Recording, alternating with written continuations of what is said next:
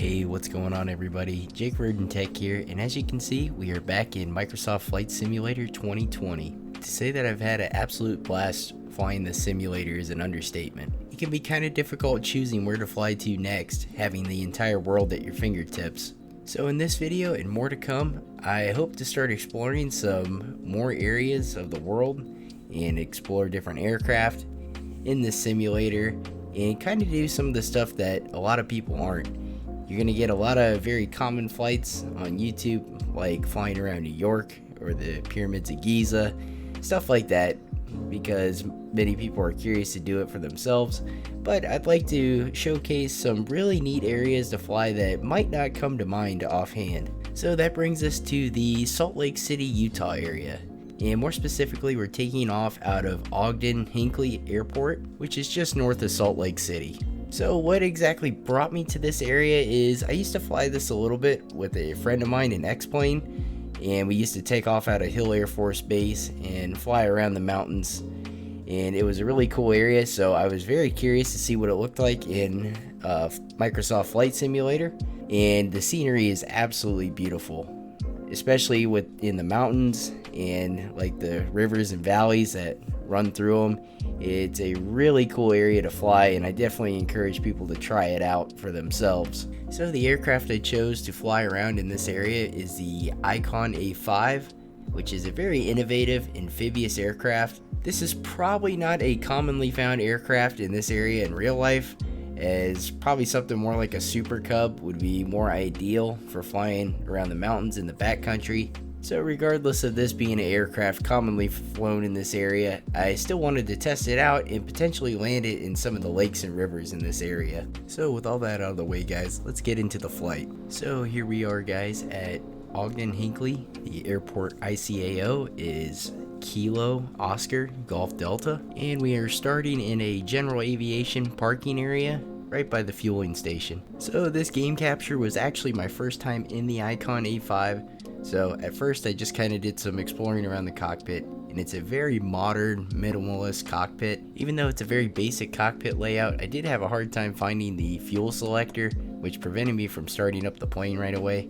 So I looked right past it a couple times, but luckily I found it and I was able to get the aircraft started.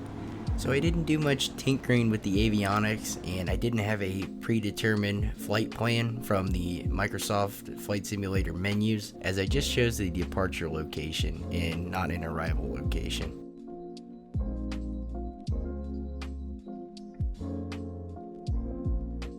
So from there, we were going to do some VFR flying. I contacted the tower and requested a north departure, as the areas I wanted to visit were towards the northeast where the mountain range is. Taxi to and hold short of runway 21 via taxiway Alpha Charlie Alpha. Contact tower on 118.7 when ready.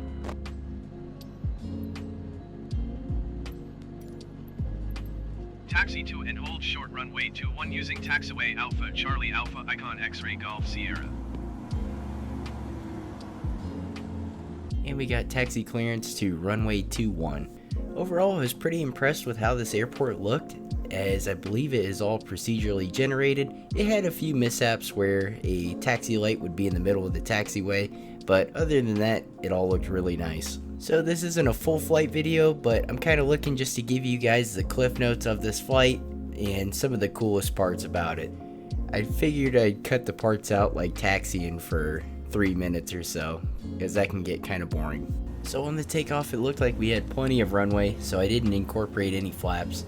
So we went full throttle, and I believe I rotated around 60-65 knots. Like I mentioned earlier, I was really impressed with the scenery of this airport, and it even looked better up above. So this is a pretty built up area in Utah. This footage looked all very familiar to my friend that I flew the Hill Air Force Base area in X-Plane with, as he was pointing out some of the highways and shopping plazas that he recognized from when he used to live in Utah.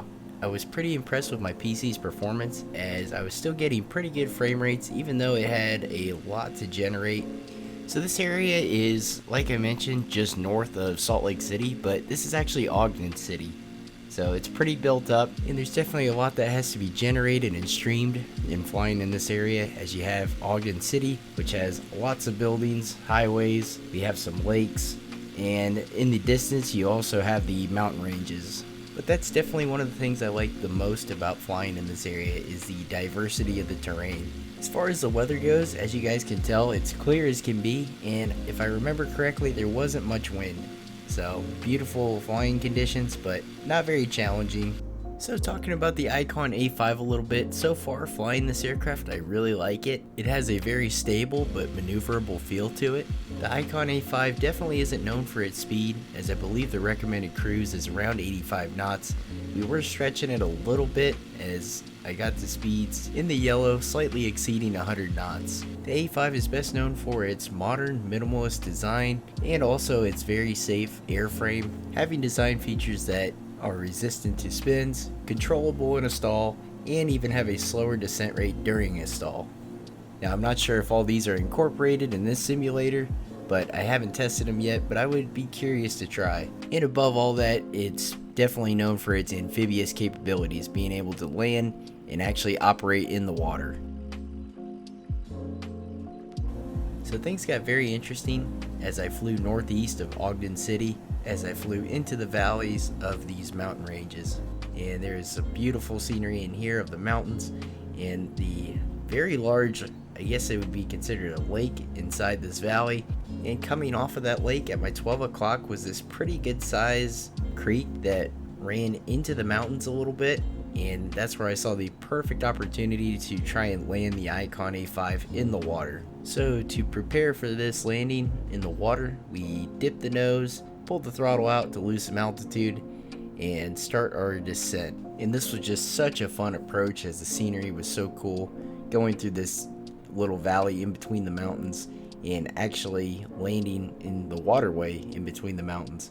It was just really neat, and if you guys are looking for a fun spot to land in the water especially, this was a really fun experience in Microsoft Flight Simulator. So going into this landing, I didn't really have a exact plan of what I was going to do, but I wanted to make sure my landing was nice and flat and we had plenty of runway, well in this case waterway. So basically I got as level as I possibly could, tried to bleed off some airspeed, and once I was nice and flat over the water, just kind of cruising and gliding over it, I slowly pulled out the throttle, and that's what brought us down into the water. And in my opinion, I thought it was a pretty good landing. From the screen capture, it looked kind of rough, but I didn't know the V speeds, so I might have landed a little bit fast. I think we touched down right around 50 knots, which maybe a little bit of flare could have helped, but then that might have impacted our landing a bit more. So I'm not sure. You guys can tell me if you've had experience with the Icon A5 in the simulator, or maybe even in real life.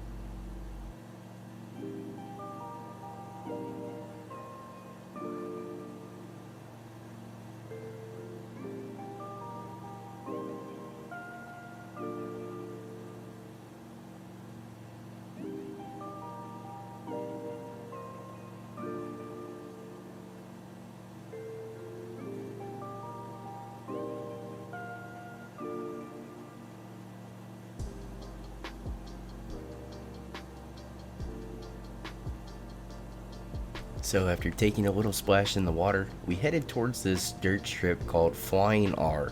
And I'm not exactly sure if this is a public grass strip. Judging by the houses that are right around it, I would guess it's a private strip. But we're not too worried about that since we are flying in Microsoft Flight Simulator.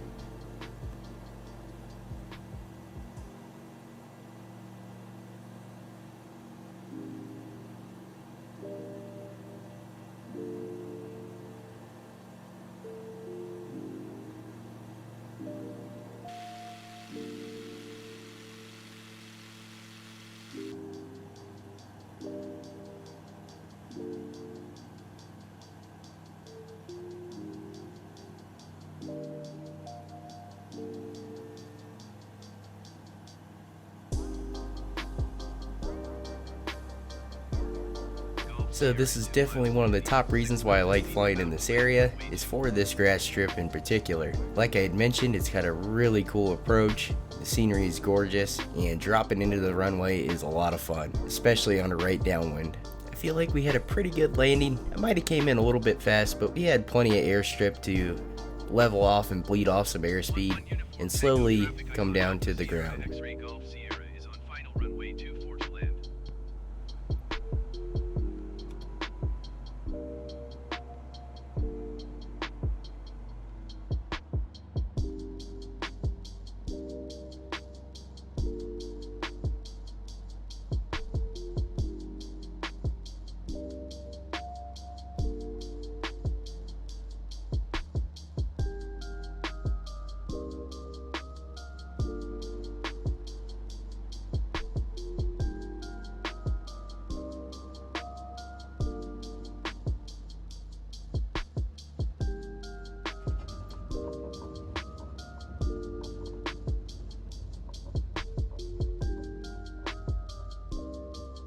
That is going to wrap up this video, guys. Hopefully you enjoyed it. Hopefully I gave you a new area to explore and go fly in Microsoft Flight Simulator. Like I said, this is definitely one of my favorite areas so far. It's got a lot going for it, and flying that right downwind into Flying R is definitely the selling point for me. Let me know in the comments if you guys have a favorite area you like to fly and what your favorite aircraft is for that area. Thanks for watching, everybody, and I'll see you in the next video.